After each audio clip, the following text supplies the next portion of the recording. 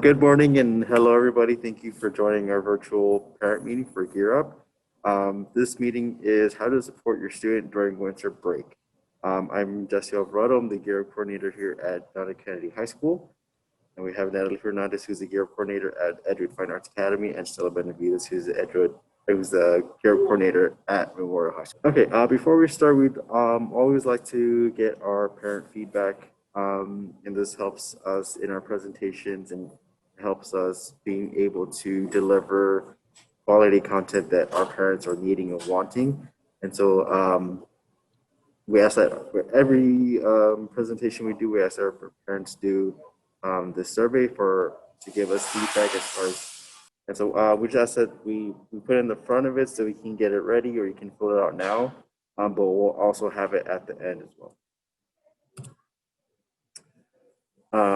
And then this is our agenda for today. We start with good things. We'll be talking about the upcoming intersession, academic support, emotional support, methods of self-care, additional care. We'll be talking about our virtual skills summit camp, which is coming up during the intersession, and any questions you have.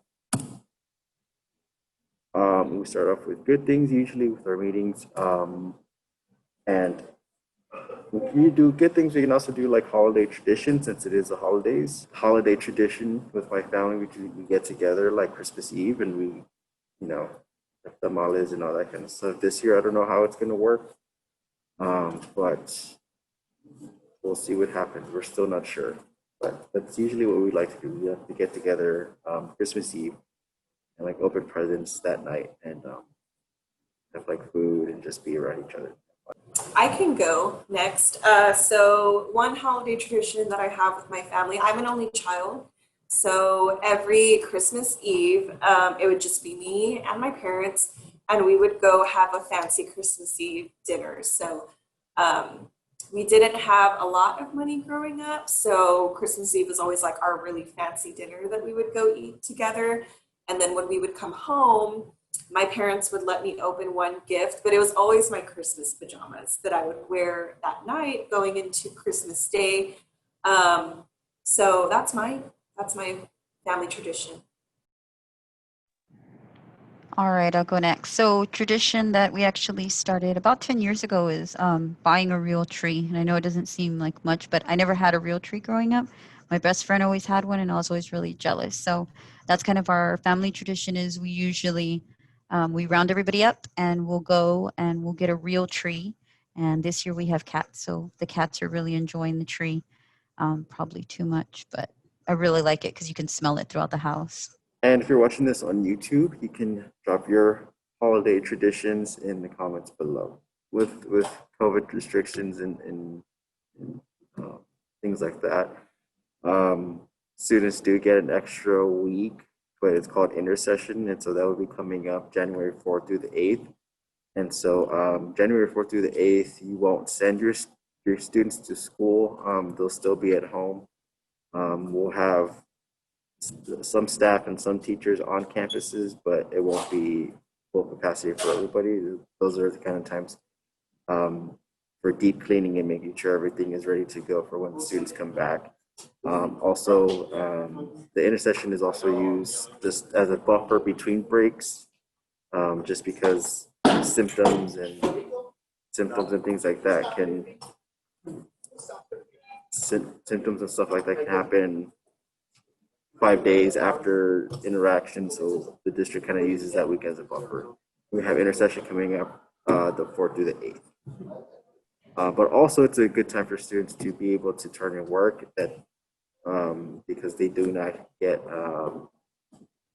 any new work from teachers. And so any outstanding work that they have, any old work that they have, they should work on it that week because they're not getting any new work that week. Anybody want to add anything else? Nope, that actually leads us into the next one. If you can go to the next slide. So just like Mr. Alvarez said, intersession is a great week for your students to catch up on any of their missing work because they are not getting any new content. So as a parent, something that you can do supporting them academically during this time is, number one, go into your parent portal. If you go into the parent portal, you will see a current updated grades for each of the teachers, each of the classes that they're in. And so if you do see that they are failing then a course or missing classwork, then you can definitely, point it out, let them know this is the assignment you're missing for the class. So parent portal is awesome. Now, if you don't have access to parent portal yet, please contact one of us, and this way we can help you gain access to it. Parent portal is awesome. It can give you updated grades. It gives you updated attendance reports. So everything you need to know is going to be in there, as well as past report cards where you can see how many credits your student has earned. And we'll talk about that in just a minute. So again, supporting your student academically during this intersession period is very important. Looking at what they're missing, encouraging them to work on this, because teachers are going to be taking all of the missing assignments during that time. So anything that they can complete and turn in will definitely bring up their grade. And overall, we don't want them to fail any of their courses, especially now when it is a little bit tougher, because this is going to prevent them from getting the credit for that course. And we'll talk about that in a minute as well. If they don't get credit for their course, they'll have to do something called credit recovery, usually done through Edgenuity. It's an online program. Another thing that can happen during this time is checking to see whether your student is missing too many classes, if they have too many unexcused absences. This semester, they cannot have more than 4 absences, I believe. There's still a little gray area there, but usually about 4 or 5. If they have more than 4 or 5, there is a chance that they could be denied credit. So some of the ways that they can regain some of that credit for attendance is, first off, they could go into tutor.com. We have the link there. And again, if you need more information on this, please let us know. But they can go into tutor.com and they can receive tutoring for any of their courses. And any time that they log in tutor.com gives them credit for attendance. The second thing they can do coming up during intersession is a Skills Summit virtual camp. And we'll talk about this in a minute. But attending this online virtual camp gives them attendance credit as well. One of the things that changed, and I know you've probably heard this in our previous meetings, but we just want to make sure you understand how your student receives credit for their courses. Credit is going to come from them getting a 70 or higher in their course and also being present for 90% of the classes. Now, again, with our online instruction, usually you send your child to school, they were in the classroom, they got attendance credit. Because of virtual, this is all shifted. We've tried to be more accommodating, understanding that some students don't have easy access to Wi-Fi, or some students are working right now, and so they're not going to be from 9 to 10 in a class. So the requirements for attendance have shifted slightly. If your student is going into their class and they are completing an assignment and they are turning it in before midnight, that is counting them towards attendance. If your student is going and speaking to their teacher on that day and either they're going over a lesson or they're participating, then their teacher can count them for attendance. So there's a lot of different ways for them to get attendance. But the most important thing you need to know is that if they're not in their class, even if they have a high grade, they will not receive credit for that. And so this is just kind of a grade level classification as well. Like we said, if you can get into Parent Portal, it'll show you how many credits your student has. So as a sophomore, they should have between 6 to 11.5 credits this year. At the end of this year, in May or June, they should have at least 12 credits to be able to be classified as a junior and stay on track for graduation. So, and all of this, if you need more clarification on this, please don't hesitate. Send us a message and we can definitely go over this with you. And we can also check up and see where your student is at. Next one, Jesse. So just a reminder, just leaving on this last point, that attendance is vital to your student receiving their credit. They could have 100 in the class, but if they are not checking in with their teacher, if they're not doing their work on time, then they're not going to receive credit. And of course, if they don't receive the credit, they have to repeat the course, and this could push back their graduation. And it kind of makes sense. If the student is not in the class receiving the lesson or turning in the work within a timely manner, within a couple days, they're not going to understand the content. They're not going to be able to it'd be very rare that a student had 100 and was never in class, but you never know. But it's very important. And again, if you need any more information on this, please let us know. So if you feel your student is academically successful and this is not really a big concern to you, we want to shift gears into the next part of supporting your students. So definitely support them academically, check their grades, encourage them to work on that during intersession week. But something that's another area to support them is emotionally. And so that could sometimes be even more important because maybe they're not doing well academically because of the emotional part. Okay, so like Ms. Benavides said, we're going to shift into the social and emotional support for your students. So we're going to talk about a couple of things here. Okay, so emotional support for your child. So we all know that 2020 has been a very, very rough and weird and uncertain year for everybody. But I think that it's especially been a hard year for our students. They've had to shift from, normal school in-person, being with friends, getting, in-person instruction from their teachers, and then having to make that hard shift to virtual instruction, not being able to see their friends, not getting that social interaction. For some of our students, it's harder to focus at home, different distractions, may have siblings at home, things like that. So they've really, I think, have been struggling with the balance of everything. So juggling the schoolwork, their mental health, their personal lives, right, the social part, and then their responsibilities at home, all in the midst of this global pandemic. So we just wanted to remind you guys to encourage them to use Christmas break as a time to not only rest and take naps and get good sleep, but to recharge so that they can come back stronger in January for the new semester. And another thing is that we wanted to talk about how important it is to let your child know that their feelings are valid.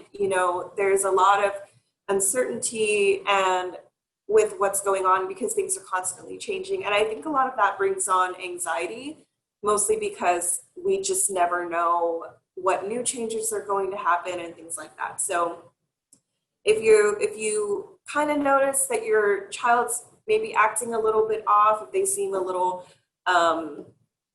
nervous and things like that, just to remind them that their anxieties and their feelings are valid during this time and always, of course. Okay, so I also wanted to go over some methods of self-care. Of course, self-care looks different for everyone. My version of self-care probably doesn't look like Mr. Alvarado and Ms. Benavides's, but that's okay because we're all different. We all have different needs and things like that. So I wanted to share some self-care ideas. And of course, this can be, this is for everyone. This isn't just for students. These are some things that you can do as well. So going outside, I think going outside, being in the sun, feeling that warmth, getting vitamin D is really important. So you can go for a walk, go for a bike ride at the Pearl, go for a run, or just sit in the sun. The weather's been kind of nice, so it's the point to where when you're sitting in the sun, you're not dying and about to have a heat stroke. It's nice and cool and it's warm and it just feels good. And it's just good for you. Sunlight's really good for you. Reading a book that you've been wanting to read. Maybe you got a book as a gift or you bought yourself this book and you just haven't really had time to pick it up and give it a read. That's another thing you can do to relax and kind of get your mind off of everything because you're focusing on the story and not necessarily what's going on around you. And then you can have a spa day. You can, mani-pedi. You can get like a little face mask at Target. They're like $2 and they're really good. I like them a lot. Again, just to kind of relax and de-stress. You can get creative. You can paint a canvas. You can decorate some ornaments, which I think would be a cool family activity to do. Really anything, whatever artistic creative thing works for you. You can unplug from technology, turn on the do not disturb feature on your phone and just take a break, get off of social media. You won't have to worry about texting people back right away, just unplugging from technology, I think is really nice. So this next one is very personal to me. You can go check out plants at a local nursery and support small businesses. You can find a show to binge on Netflix. Again, the resting and recharging part, so taking a nap, and then you can have a picnic at the park. Just some ideas. Again, self-care looks different for everybody. And I think that as long as you're doing something that makes you feel good and doing something that gets you relaxed and kind of de-stresses you, it's self-care. So these are just some ideas. So quiet time isn't just for elementary, right? So research shows that everyone benefits from unplugging occasionally. So I know that we kind of talked about that on the previous slide, as far as, turning on the do not disturb feature on your phone. And this is important for everyone, again. So we encourage parents to practice this as well. I think that our students, your kids, they're very tech savvy. They're always on TikTok, they're on Instagram, they're always doing things on their phones. So I think it's important to just unplug a little bit every day, even if that means that typically you would check your phone or go to your social media platforms before bed. Maybe don't do that, so you can have time to just kind of relax your mind and you're not, scrolling and looking at all these things. And to maybe practice that once a day.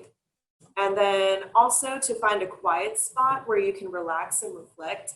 So whether it's maybe in the backyard, maybe it's a little noisy inside, so you're just gonna go sit in the backyard in the sun and relax. In the shower, when you're taking a shower, it's pretty quiet. You have the nice sound of the water falling. It's warm. It's another good option. Again, really anything that just works for you. Okay, so extra support. So if you feel like your child may be struggling beyond the normal level of COVID anxiety, there are plenty of resources at school for you to reach out to for extra support. So the first one, of course, is our counselors that we have at school. So we included all of their names and contact information on the slide if you want to take a screenshot or take a picture of it so that you can keep it. But these individuals are trained professionals that know how to assist our students as far as not just the academic support, but of course, the social and emotional support. So we have lots of resources within the district as well, whether it's, like food and sustenance support, or this, again, therapy, social emotional support. So these are the best people to reach out to. They're working with our students every single day. They know who they are. The kids know who they are. And it's just a good, reliable person that you can always lean on. Oh, I wanted to go, sorry, I thought there was another slide. Can we go back to this slide?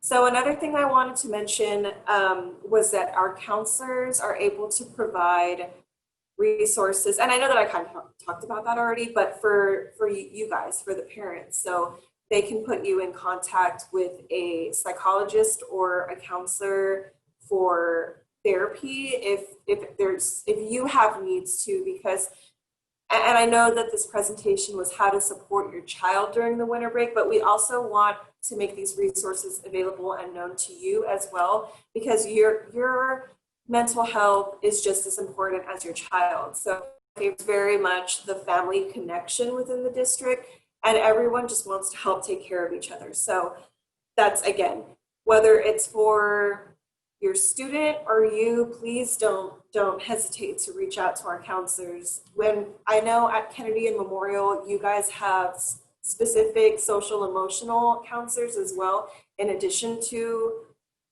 our normal school counselors. So lots of resources within the district. Please, please, please don't hesitate to reach out. I know that sometimes it might be uncomfortable. It's sometimes hard to understand, but again, these are trained professionals that can help you work through it, and not just work through it, but to point you in the right direction to someone that's going to help you in any way you need it. And did anyone want to add? Well, just to add, I mean, we even have social workers available on campus. And Natalie had already mentioned, help with, especially if you've lost a job or anything like that. But, food, support for food, help for utility payments, help for rent payments, We even have a department that can give you appliances and furniture. I mean, there are so many resources available that are waiting for parents. So please do not hesitate. And just like Natalie said, you know, I know it's not always the easiest thing to ask for help, but you know, we are here. We're here to help. The school has a lot of resources, and again, just like she said, you know, we care about your students, but we care about you just as much. We want to make sure that the whole home, is happy and safe and just able to provide everything that you need, you know, for your students to be ultimately academically successful. But we, you know, emotionally, social emotionally is just as important, because we can't even get to the academic portion if those needs aren't met first. And so we want to make sure that you and your student are both getting what you need at home at all throughout the year, not just during this time of year, but these resources are there all throughout the year for you. So if you need anything, please just let us know. Okay. And we do have this opportunity coming up as kind of going to maybe a little bit of the self-care, but also just having a good distraction at home, something to keep students busy, something to have their mind and focus on. During the intersession on January 5th through the 7th, we'll be hosting a virtual skills camp. We've gone ahead and contracted a training company to help us deliver this skills camp. We're really excited about it. Skill sessions is going to be like 3 different parts: life and career, learning, innovation, information, media, and technology. Also just general skills for life, for college, for school now. You know, we're really excited about it. We want as many students as we can to participate. Students will receive a free shirt, and we understand it is virtual. Essentially, we did want to do an in-person camp, but you know, given the realities and everything like that, we had to go ahead and switch it to virtual. So hopefully soon, you know, sooner rather than later, we'll be able to do in-person things again. But we'll be having this virtual camp. And if you have any questions, please feel free to reach out to us. We're still accepting students, so you can use a QR code right there on the flyer to sign up. But we're really excited about it, and we hope to see your student participate. And just like we said earlier, if your student is having attendance concerns, maybe they have too many absences, attending this camp, I know at Memorial High School, they are counting it towards attendance credit. So this is one way that they could recover some of those unexcused absences so that they don't miss out on their credit as well. They would have to participate each day. As far as the times go, I think we just got a little bit of an update earlier. It's looking to start at 9 a.m. We're for sure starting with the 9 a.m. And right now we're running with a little bit of a conflict, but it will run through 1, hopefully only to 1, maybe 2. And there will be a session, a 30-minute allotment or an hour allotment for lunch. So they'll have a little bit of a break. So it is kind of almost a full day, but they do get a little break in between. But like Mr. Alvarado said, you know, a lot of good lessons, and also just at a great time to get the kids recharged for that second semester. Hopefully motivate them and encourage them. So if you have any questions, of course, this is a recorded session, but please feel free to reach out to any of us through our emails. We'll stick that in the link. We'll link it up as well. Or we do have new phone numbers at our school, which we should have added, but we can definitely post that as well for you to be able to contact each one of the schools. And again, with the parent survey, we did have it at the beginning, but if you haven't done so, please make sure to do this parent survey. It really helps us out. It really helps us with our goals for the year within the GEARUP grant. And it's just a big help to us, like I said, as far as being able to deliver the information that you need. And so, you know, we can only give information if we know what is being needed. So please let us know what we need to give out. So these surveys are a big help. And then, but that's a Spanish survey on the right. And then other than that, that is our meeting. Please have a very happy holiday, happy New Year. Please stay safe. Please, limit exposure and all that good stuff. Hope the kids stay safe, and we will see everybody in the new year. Thank you, everyone.